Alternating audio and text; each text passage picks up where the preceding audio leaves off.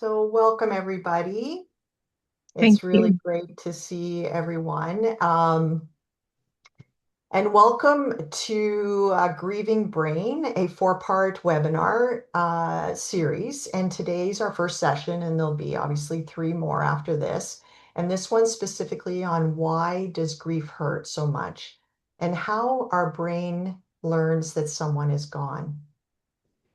So my name is Lynn Muir. I'm the owner operator of lynnmuirgrief.ca, and I'm very glad that you chose to spend this time with us today. So people arrive at a webinar like this for many reasons, and you may be grieving the death of someone you love. You may be supporting a family member, friend, client, or patient. And you may also be here because you want language that helps you make sense of your own experience. But whatever brings you here, you're welcome. This series is informed by Mary Frances O'Connor's book, The Grieving Brain, and by the understanding that grief is not simply an emotional response, it's also a learning process involving the brain, the body, attachment, memory, and the world we expected to continue living in. Just a little bit about myself. Before becoming a certified grief educator, grief became a part of my own life in ways that changed me deeply. In 2010, my brother Scott, my only sibling, died unexpectedly. Then my father Stan died in 2017, also suddenly. And then my mother Enid died in 2018, only 4 months after my father. Most recently, just 10 months ago, I experienced the death of my beloved cat, RP, who was 19 years old when he died. And I thought of him like my son. So each of these losses shaped me differently. Grief changed how I understand life, relationships, identity, and what it means to be supported. After a 35-year career as a registered nurse and healthcare leader, I chose to retire and begin this work. I felt called to do something that could support people living with the death of a loved one or a beloved companion animal to become the kind of support I Mhm. wish I had had after my own losses and create meaning from the losses I have lived. Today's session is grounded in both professional experience and lived experience. And I'm grateful to share this time with you. I also want to recognize my colleague, Dr. Gwen Cleveland, who supported development of today's content. And Gwen has been a registered nurse for almost 50 years and has worked across many settings, including bereavement care and different roles throughout her career. Gwen and I have worked for, well, it's probably going on 12 years now. And I've had the pleasure of collaborating with her in my new grief support practice. And I kind of liken our relationship to, Gwen's the brains and I'm the bronze. So thank you, Gwen. So Gwen's also assisting today as our chat moderator and will help me sort of keep track of the questions and the reflections shared throughout the presentation. Our central question today is this.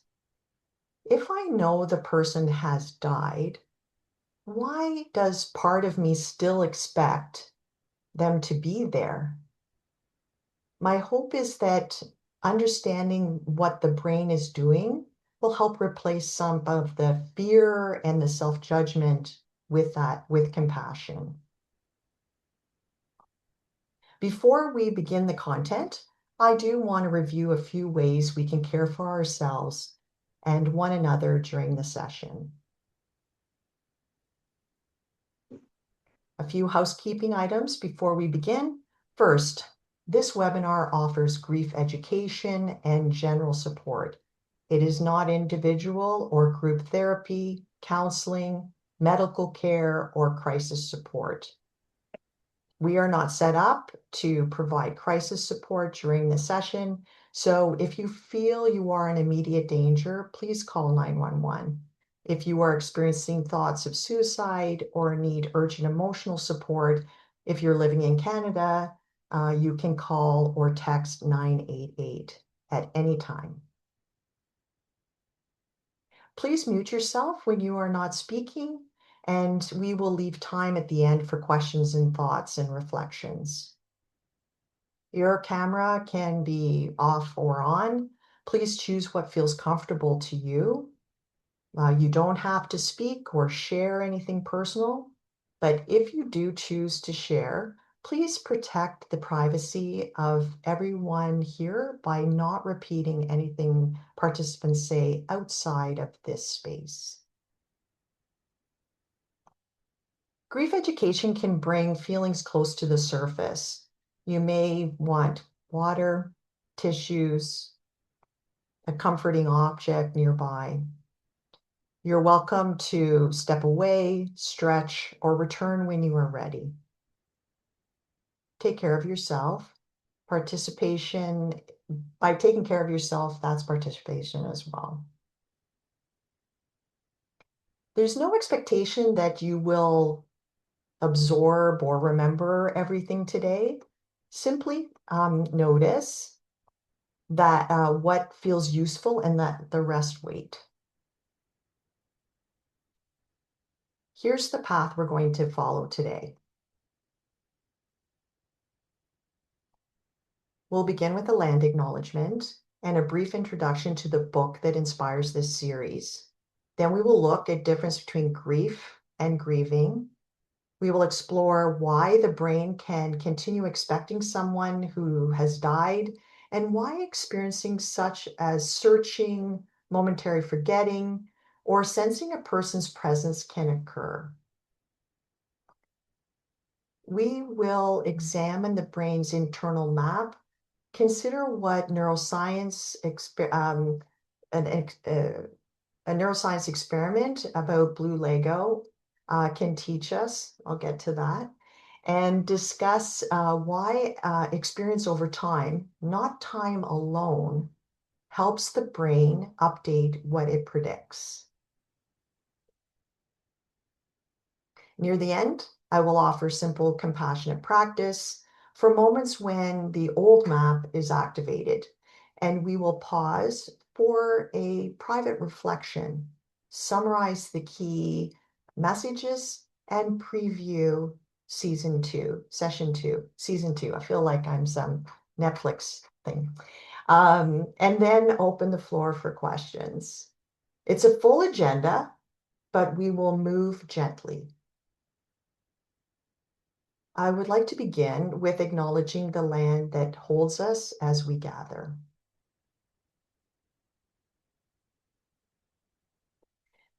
This work takes place on the traditional lands of the Mississaugas of the Credit First Nations, who have cared for this land since time immemorial.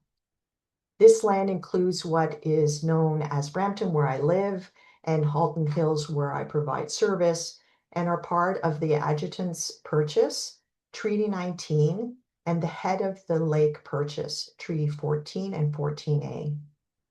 With gratitude, we honor their enduring relationship with the land, water, and all living beings.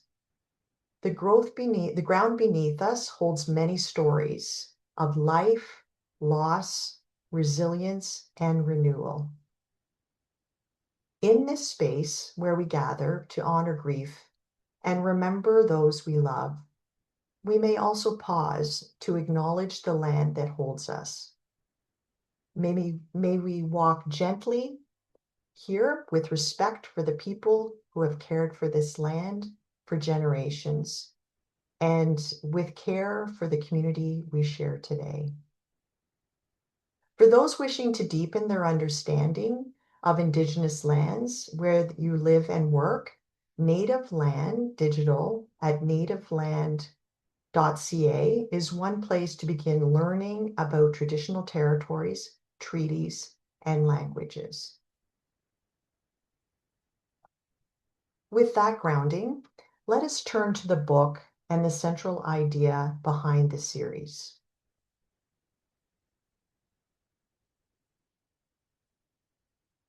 The Grieving Brain was written by Mary Frances O'Connor, as I mentioned, a neuroscientist and psychologist whose research examines both psychologically and physiologically.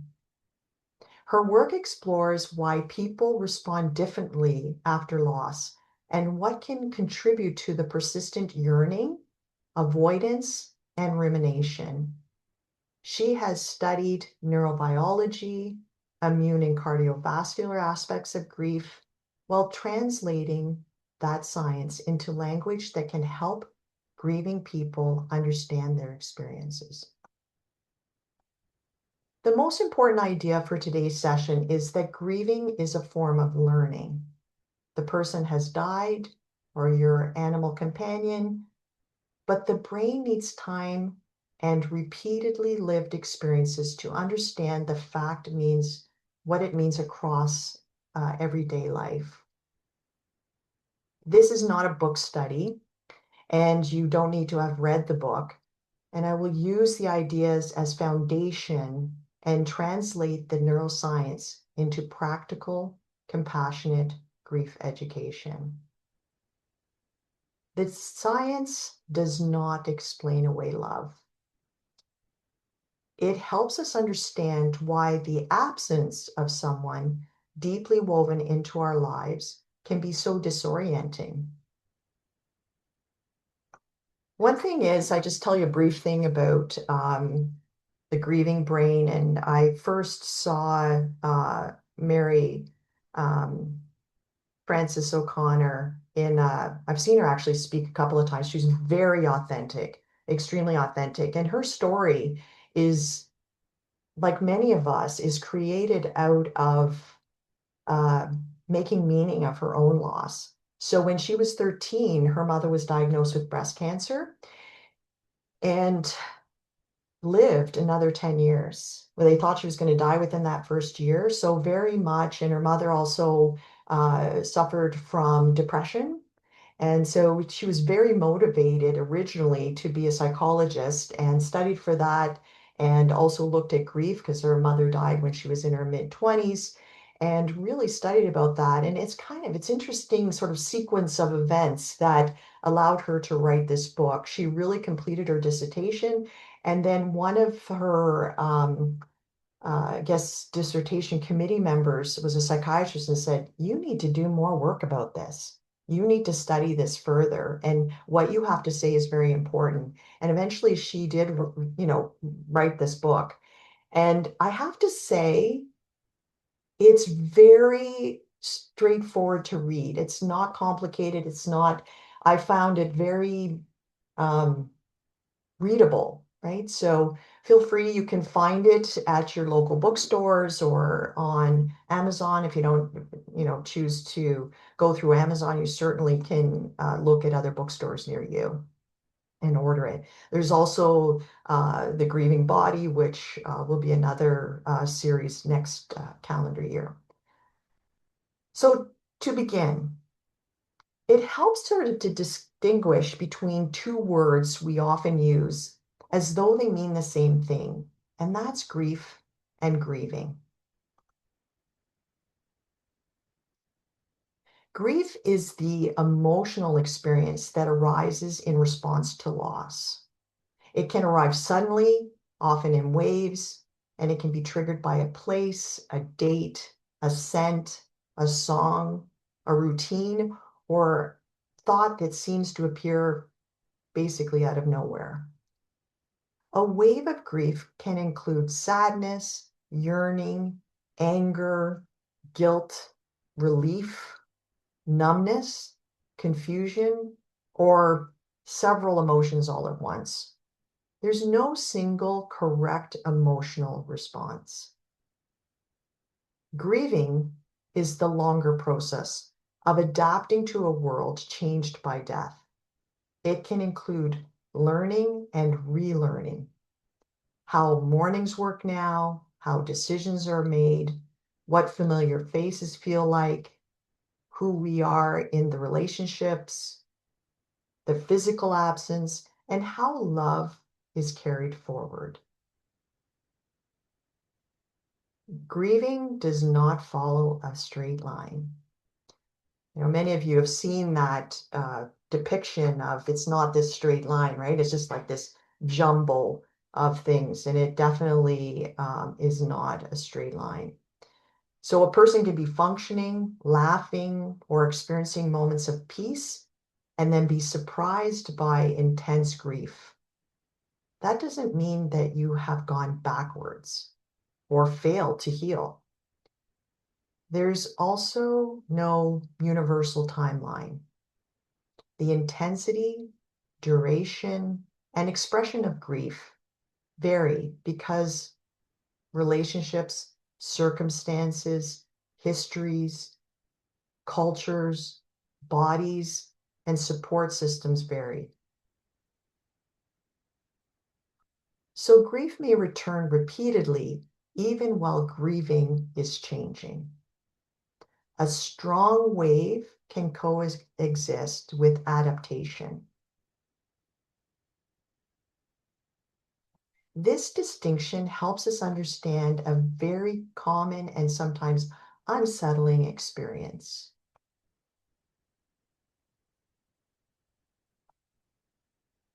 Many grieving people say things like, I still reach for the phone. For a moment, I forget. Or I expect to hear the key in the door or, the car pulling into the driveway. Others think they see the person in a crowd or feel that part of them is still waiting for the person to come back. And I'll just use a personal example. After my brother died, I was at his house with my nephew and my sister-in-law, and it was nighttime, and I looked in the distance. He lived in rural north of Kingston, and there was this truck and the lights, and it looked so much like my brother's truck. And I had just seen him in emergency, right? Like the emergency department. I knew he was dead. But yet, when I saw this truck coming down, I thought, oh, Scott's home, because they pulled right into the driveway.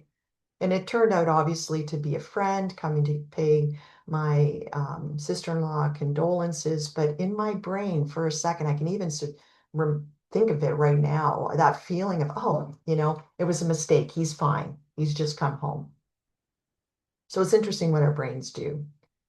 These experiences can create fear or self-judgment, and a person may wonder, how can I know they are dead and still behave as though they are available? And the answer is that not one single process is happening in the brain. One part of the brain can understand the factual information. The person is dead. At the same time, deeply learned systems involving attachment, memory, place, routine, and prediction may continue to expect the person's presence. It's not denial in the everyday sense. It does not automatically mean that something's wrong. It reflects the enormous difference between knowing a fact and learning how that fact changes thousands of moments in a life. And if this has happened to you, you're not alone. And, you're not going crazy. Your brain is using information that was accurate for a very long time. That brings us to the central idea of today's session. Grieving is a form of learning.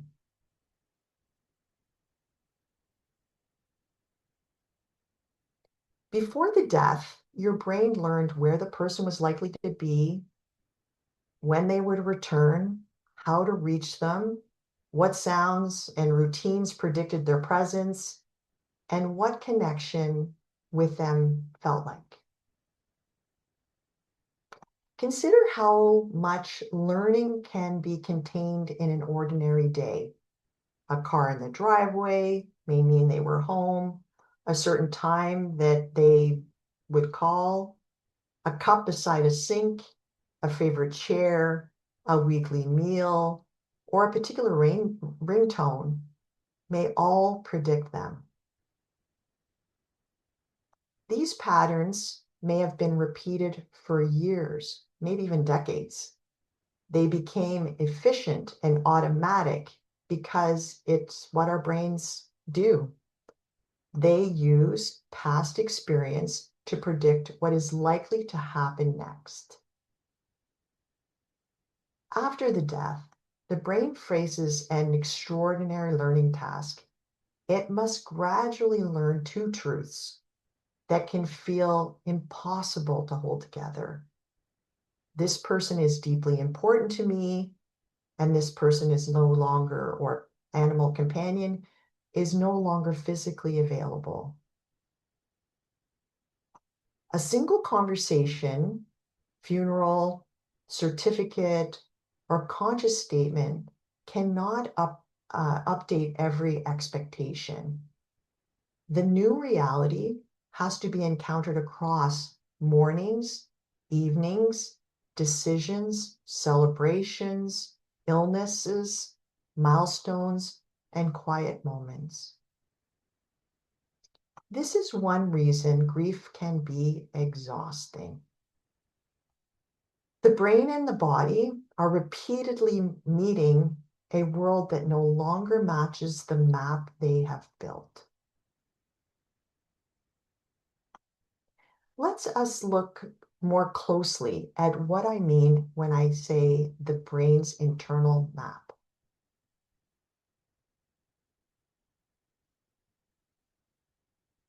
The brain creates maps not only of physical places, but also of people, relationships, routines, expectations, safety, and connection. The hippocampus, and just to sort of orient you to the hippocampus, is a part of the brain that's involved in memory and navigation. And hippocampus is Greek. Hippo is meaning horse. And the campus means sea monster. So it looks in the brain like a seahorse. So if you look, it's deep in the brain and it looks like a seahorse. So now you'll never forget that, because that's all I can think about is that it looks like a seahorse. In everyday language, we can think of the brain as continually asking, where am I? What usually happens here? Who belongs in this space or this moment? What should I expect next? The map on this slide shows home, work, an evening routine, and a weekend tradition. A loved person may be represented across all of them. They may have been connected to the kitchen in the morning, the phone call during a commute, a chair in the evening, and a familiar activity on Saturday. After the death, the physical environment may look almost the same, but its meaning has changed.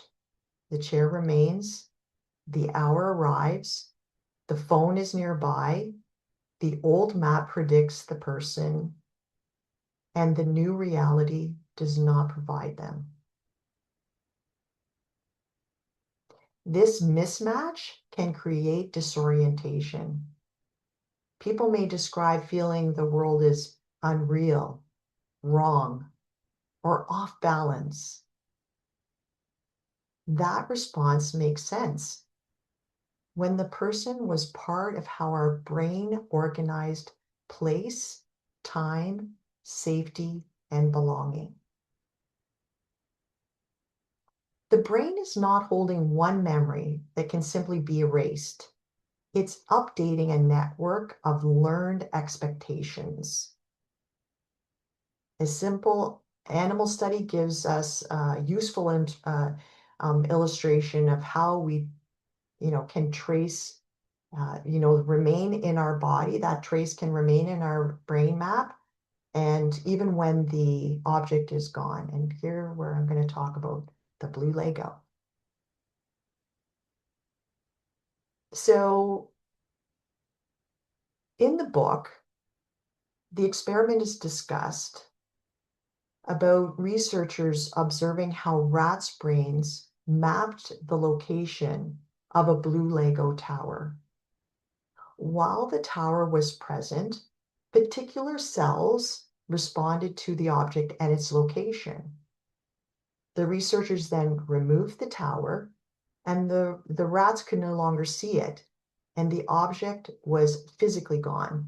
Yet the same cells continued responding to the place where it had been. The key message is simple. The object is gone, but its trace remained in the brain's map, almost like she talks about ghosting, but that ghost map, sort of an echo.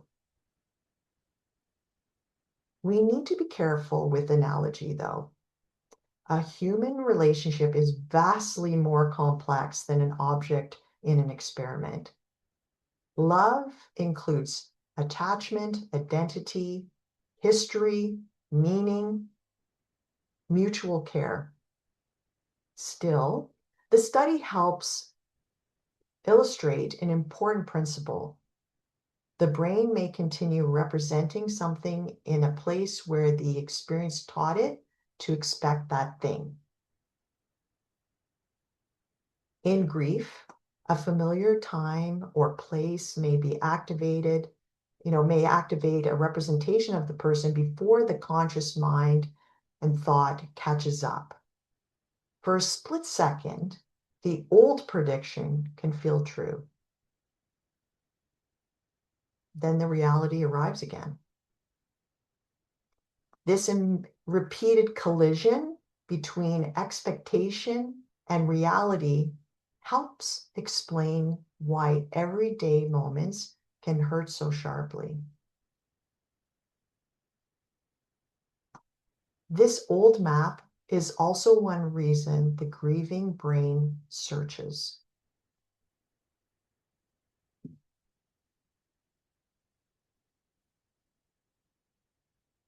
Searching may be obvious, such as scanning a crowd for a familiar face or checking the usual chair or doorway. It may also be subtle, listening for footsteps or reaching for a phone or turning towards a voice or expecting a person during a familiar routine. And I have this other example after my cat died. He would always have this routine where he would jump off the bed and then you could hear his footsteps. He was a big Maine Coon, right? So boom, boom, boom. And then coming down the stairs to the first floor because he was a mama's boy and he had to be with me. So I have a dog. And after he died, we heard what we thought was the cat jumping off the bed and coming. And we both looked almost at the same time to the stairs, expecting RP to be coming down the stairs. So it's interesting. And then we both kind of looked at each other like, no, he's not coming. Dreams in which the person is alive are very common, and many people will talk about that they have those vision dreams, which I personally have experienced. And some people momentarily sense the person's presence. Others repeatedly think they have spotted the person from behind or at a distance. I don't know if you've done this, but you've like, oh my goodness, that person looks like my dad. Still happens to this day. Not as often, but it still happens. Attachment is designed to help us maintain connection with important people. When someone is temporarily absent, searching can help us find them. After death, the same systems do not immediately have new action to take. It continues using this strategy it knows. These experiences do not automatically indicate illness or failure to accept the death. They can be understandable expressions of attachment, memory, and prediction.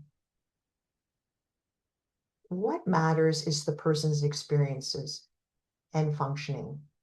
If an experience is frightening, persistent, makes it difficult to function, or creates safety concerns, then that's an appropriate time to discuss with a qualified healthcare or mental health professional. But for many people, however, naming this as the brain searching can bring relief. That's why I think I sort of connected to this book. It sort of made sense of a lot of things that I'd experienced with my losses. There is a reason this is happening. My bond was deeply learned. Searching is one form of the old map becoming active.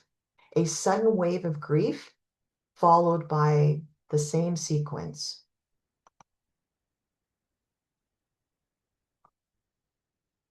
A cue activates the brain's existing map. The cue might be a sound, place, scent, date, person, object, or routine. And we've mentioned that before. So connected to those things. The brain predicts the person. Often this happens automatically and faster than our conscious thought. Reality then contradicts this prediction. The person is not in the chair. They did not answer the phone. The celebration arrived without them. And in that moment, grief can rise again. Sometimes the trigger is clear. At other times, it's so subtle that we only notice the wave. This can make grief feel unpredictable, but the brain may have detected a pattern outside our conscious awareness. The wave does not mean the relationship has become newly lost, nor does it erase the adaptation that's already occurred. It may mean that one part of the old map has met the changing reality. If a wave arises, we can ask gently, what might my brain have recognized or expected in this moment? We do not need to solve it. Curiosity can soften the judgment.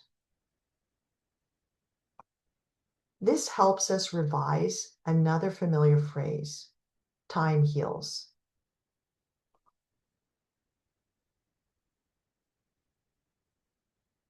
People often say that time heals. Time can create space for change, but time by itself does not do the learning. So a more accurate statement is experience occurring over time helps the brain learn.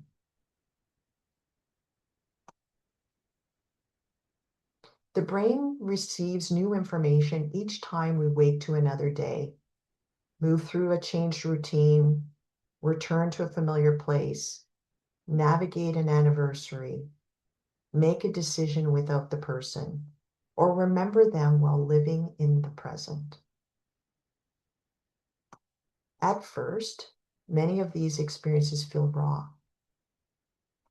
The first birthday, holiday, appointment, season, or an ordinary Tuesday without the person can carry a powerful prediction of how the moment was supposed to be. Over time, lived experience gives the brain additional information. The old relationship remains significant, but the brain slowly builds a more accurate map of the present.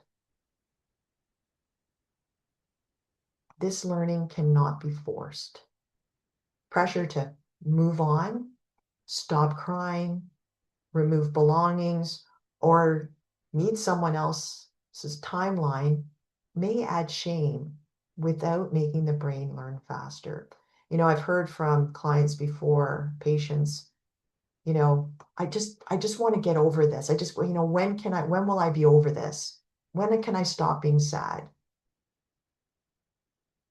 Supportive grieving is less about pushing the loss away and more about being accompanied in the new reality it encounters again and again in tolerable pieces. And because each relationship and death is different, the pace and shape of that learning will be different for each person. If we cannot force the old map to disappear, how might we respond when it becomes activated?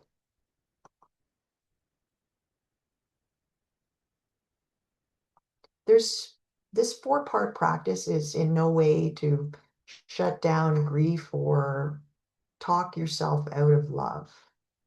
It's just a gentle way to orient to the present while respecting why the response has occurred. First, you notice. State what happened without judgment. I reached for the phone. I looked towards the door. For a moment, I expected them. Second, name. Give the experience a compassionate explanation. My brain expected them to be available. Naming can turn a frightening or confusing moment into an understandable grief response. Third, orient. Bring yourself gently to the present reality. They died. I am here in this moment. You may also notice your feet on the ground, your chair is supporting you, or three things that you can see. So if anybody is living with an anxiety disorder, they may be familiar with a 5, 4, 3, 2, 1. And one of those is noticing three things. Orientation is not rejection of the person. It supports the nervous system. So all these things help us sort of relax the nervous system and feel like we're present in our bodies. Fourth, responding with compassion. Of course, my brain still looks for someone I love.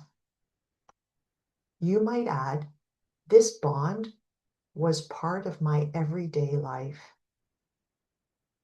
I do not have to be ashamed of this moment. Let me model the whole sequence. I reached for my phone. My brain expected them to be available. They died, and I am here in this moment. Of course, my brain still looks for someone I love. Use language that fits you.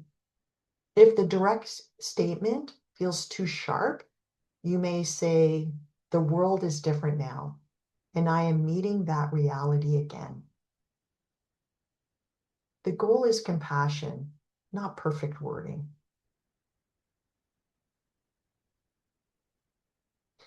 I would like to offer you a private reflection, and you don't have to share, and we'll be asking you to share.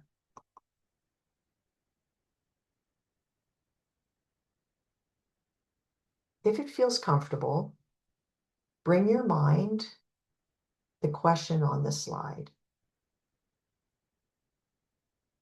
Where or when do I still find myself expecting my person to be?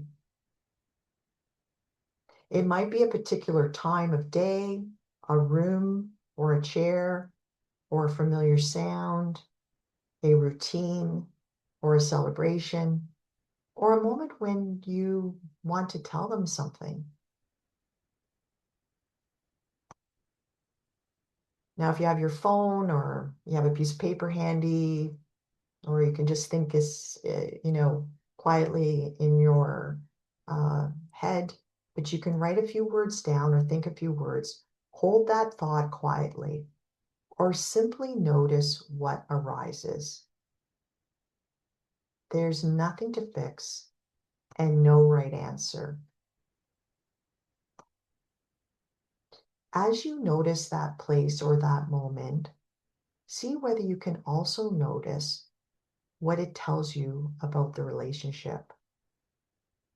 Perhaps it reflects companionship, shared ritual, safety, humor, practical support, or the simple comfort of their presence. I will just leave us a quiet sort of 30 seconds or so for us to kind of go through that. Take a look at the slide and follow the process.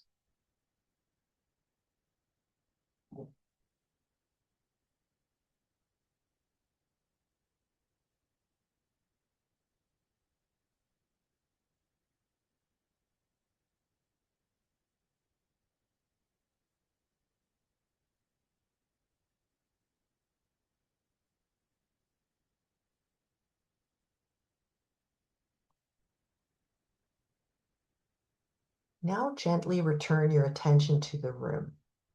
Feel the support beneath you and take an unforced breath.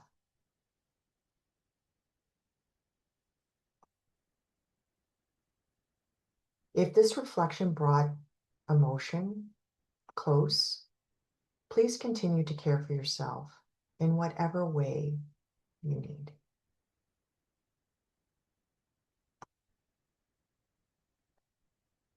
As we bring today's teaching together, there are the ideas that I most hope you carry with you.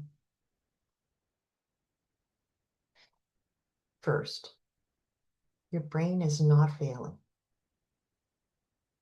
The apparent contradiction between knowing the person died still expecting them to be a part of how attachment, memory, and prediction work.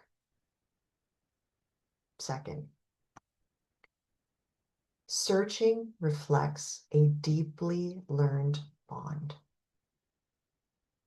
Your brain learned where, when, and how this person belonged in your world or your animal companion. Third, grieving involves updating an entire world of expectations, not absorbing one fact. This is why grief can touch routines, places, identity, safety, and the imagined future. Fourth, this learning happened through experience, not pressure. There is no moral achievement in grieving quickly, and a renewed wave does not mean you have gone backwards. Finally, compassion can be accompanied compassion can accompany the brain as it learns. Of course, my brain still looks for someone I love. Can be kinder response than I should be over it by now.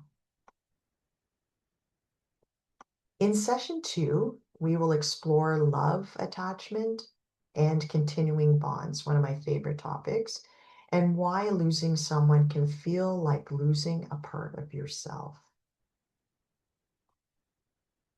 Before we move into questions, I just want to thank you for the care you have brought to this session.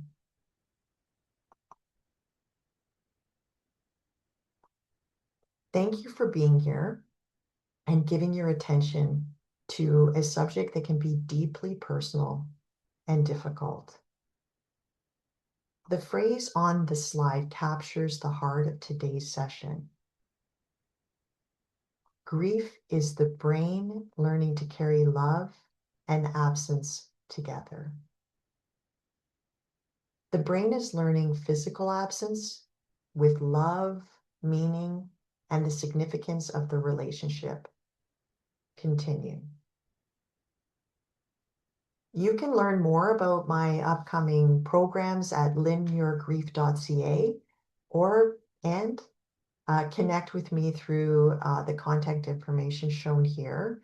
I do have Instagram and Facebook account, and you can follow me on those at Linear Grief, because every loss matters. We now have some time for questions and thoughts and reflections.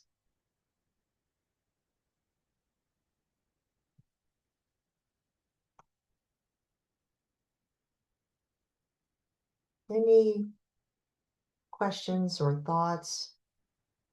I don't know if there's anything in the chat, or you want to just take yourself off mute and ask any questions.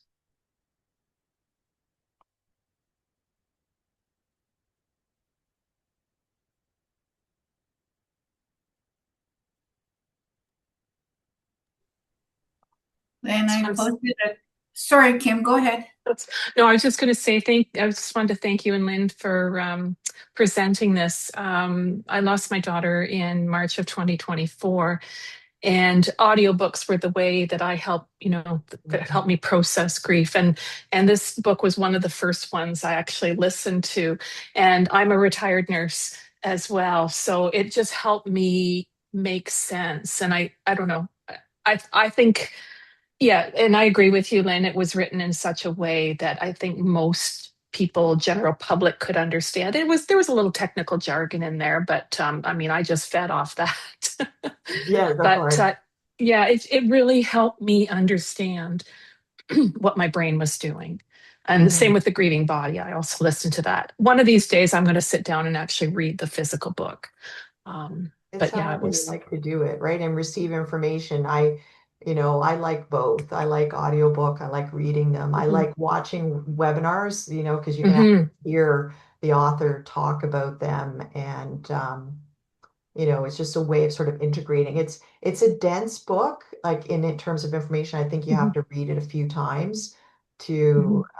and it depends where I was thinking about this today, that I'm not sure it would be helpful for someone in very early grief, like acute grief.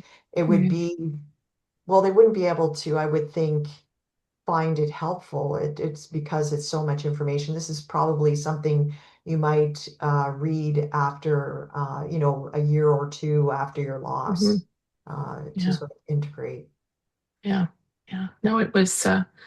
Yeah, she and just list. I think I listened to. I think somebody. What did David have an interview with her? I think Yes, David Kessler. Yeah, I think that's where I first came. Learned of her, and that's when I went on and did the books. But yeah, she's very easy to listen to, like as a live yes, interview. Yeah. yeah, But anyways, yeah, just my yeah, thoughts. And yeah, it's funny when you say about thinking that you're going to see someone. I don't know why, but when I go and walk in the woods, I keep looking off in the distance for my daughter. And I don't know why. We live in a totally different area. She was never there, but there's just something in my head that thinks I'm going to see her, and I don't. But yes, yes, yeah, yeah. I see the sun, going through the trees, and that kind of maybe reminds me of her in a way. I don't know, but yeah, that's where my brain goes. Yes, for sure, for sure. What Um, what you're describing, Kim, is along the lines of what I put in the chat box about sunny days driving and going to see my grandmother. And I get triggered often now. It's been 40 years, and I Mhm. still get triggered every once in a while, expecting that I'm on my way to see my grandmother. No, wait, no, you're not. You're going here. But it's like that split second. It's Mhm. that's where my brain still goes sometimes. Yeah. yes, Yeah. Much yeah, as our indeed. brain relearns and learns, it still retains. So years ago, I worked with a counselor, and one of the huge lessons I took from talking with him was about echoes, that every experience we've ever had lives within us and it echoes. You don't Mm. recognize it, you're not always aware of it, but things will come up and then right? And that's what it is. It's like we Mhm. get echoes of what our brain learned previously. And even though we have a new map, we still get taken to the old map every once in a while. Mhm. Mm-hmm, for sure. I like that echoes. Yeah, that describes it very well. Mhm, for Yeah. sure. Elizabeth, you have your hand up. Please unmute and go I ahead. thank you very much for sharing some of your afternoon or morning or wherever you are, whatever part of the day it is for you. Thank you for sharing some of this insight. I haven't read the book, but my mind went to a place of prolonged grief disorder and whether the book does talk about or provide any explanation of it. Not specifically, I don't think. I don't, right, Gwen? I don't think there's anything about prolonged grief, but it's certainly, I can see the connection because one of the things, we talk about is attachment. And depending what kind of attachment you had with that person, sometimes if it's a complicated attachment, you might see that it fits the definition of prolonged grief. But in the grief world, prolonged grief is kind of a double-edged sword, right? It's really, grief is not pathological. However, there are times where people stay in that acute phase Mm-hmm. and for many, many, many reasons, right? And if they're there, having that diagnosis of prolonged grief can afford that person more support. Mm-hmm. So here in Canada, they would perhaps be eligible for leave of absence or paid sick time or access to psychiatrist or psychologist. And so it's this, we don't want to pathologize grief, but at the same time, we want to provide that support to people. So she doesn't specifically speak to that, right, Gwen, about prolonged grief, although I've seen her in a panel discussion Yeah. talking about So she does write a little bit about it in the book in terms of identifying it, making people aware of it. But her recommendations are that individuals would seek out professional support and assistance and guidance should they find themselves. And to what Lynn is saying, um, it is sometimes really difficult to recognize the difference between normal, whatever that is, grieving, and Mm-hmm. prolonged, complicated. And I've had situations in the past where it was challenging to help other healthcare professionals understand that there is a difference. And as Lynn said, when someone, and the sort of age, I was going to say age range, year range is around a year. Mm-hmm. And then, as Lynn says, what often happens and what should happen is that the person then has access to different levels of care and support that aren't necessarily available to everyone, especially in the first months of grieving. Mhm. Mm-hmm. Mm-hmm. And I think it's all about, if you follow different grief experts, someone like David Kessler, he says early grief can actually last up to 2 years. So, and it's all around how is that person integrating the loss Mm-hmm. and, if they need support. Like I said earlier in the presentation, and what is said in the book is that when that becomes frightening or it's affecting the day-to-day functioning of a person, that's when, those are to the person or maybe to those supporting them, a time where you might reach out, encourage that person to reach out for additional support. It doesn't negate grief education resources like myself or others that do this work with one-on-one or group support, but it may need some extra clinical attention, and that's okay too. Like Mm-hmm. there's no shame in that. We talk about that. We're so quick to assign ourselves shame and asking for Mm-hmm. help. So yeah. So one of the things we also need to keep in mind is that grief and grieving are individual. and what works for one person isn't necessarily going to work for another person. So someone may require additional supports and resources, let's say 6 months in, and another person finds themselves like 5 years from the death, needing that kind of help and support. So Yeah. there, as Lynn said, there's no timeline, and we all do it our own way. Yeah, I know I get also other questions on, those sudden grief waves. And, I was talking about in the presentation where, does that mean I'm back at the beginning? Because, you think, oh my goodness, like I just felt like I was making progress, and then I get this wave. And, have I just undone everything? And I do want to reassure people that, waves sort of just really represents that, a cue or something your brain recognizes, a pattern. And one of the things I kind of liken it to is intuition.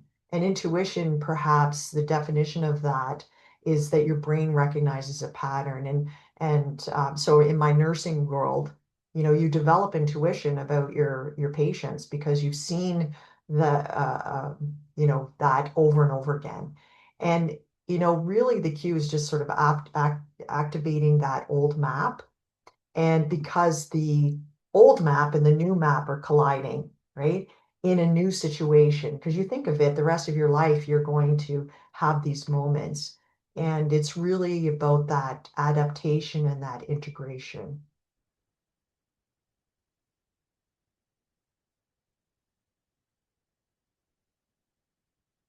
The other thing I was thinking about too is, and this happens to me still now. Like, I mean, my losses are, except for RP, and I would say even with him, it's only been 10 months. I do walk up the stairs and his dish used to be there, and he would be laying there demanding to be fed or attention. Or Gwen knows that he was a big mama's boy.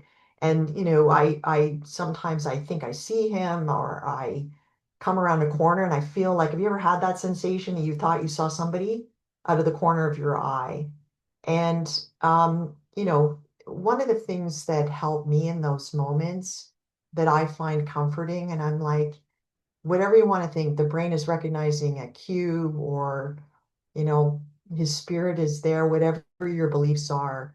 I just take that moment as that person or RP or one of my animal companions is just saying, hey, you know, like it's my moment to connect with them. And I just say, hi, mom, hi, dad, hi, Scott, like, or RP. And I just take it as those moments. I find that that can sometimes help me in those moments.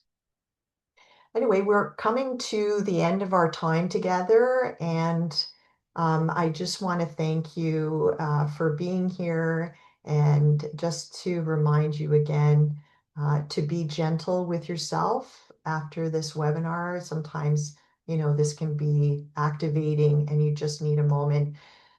Just step away, get some fresh air, a glass of water, maybe do a little bit of meditation, whatever works for you. Um, and just to let you know that part two will be on the 24th of September. It's always the last Thursday in the month. And, we'll talk about those continuing bonds and adaptation and integration. So, Don't forget to stop your recording or you'll lose it. yes, thanks, Gordon. See why she's my, work colleague. I think we complete each other's sentences sometimes. So thank you, everybody. Thank Thank you you. so Thank you. much. Have a wonderful day, and I hope to see you in September. Take care. Bye, everyone.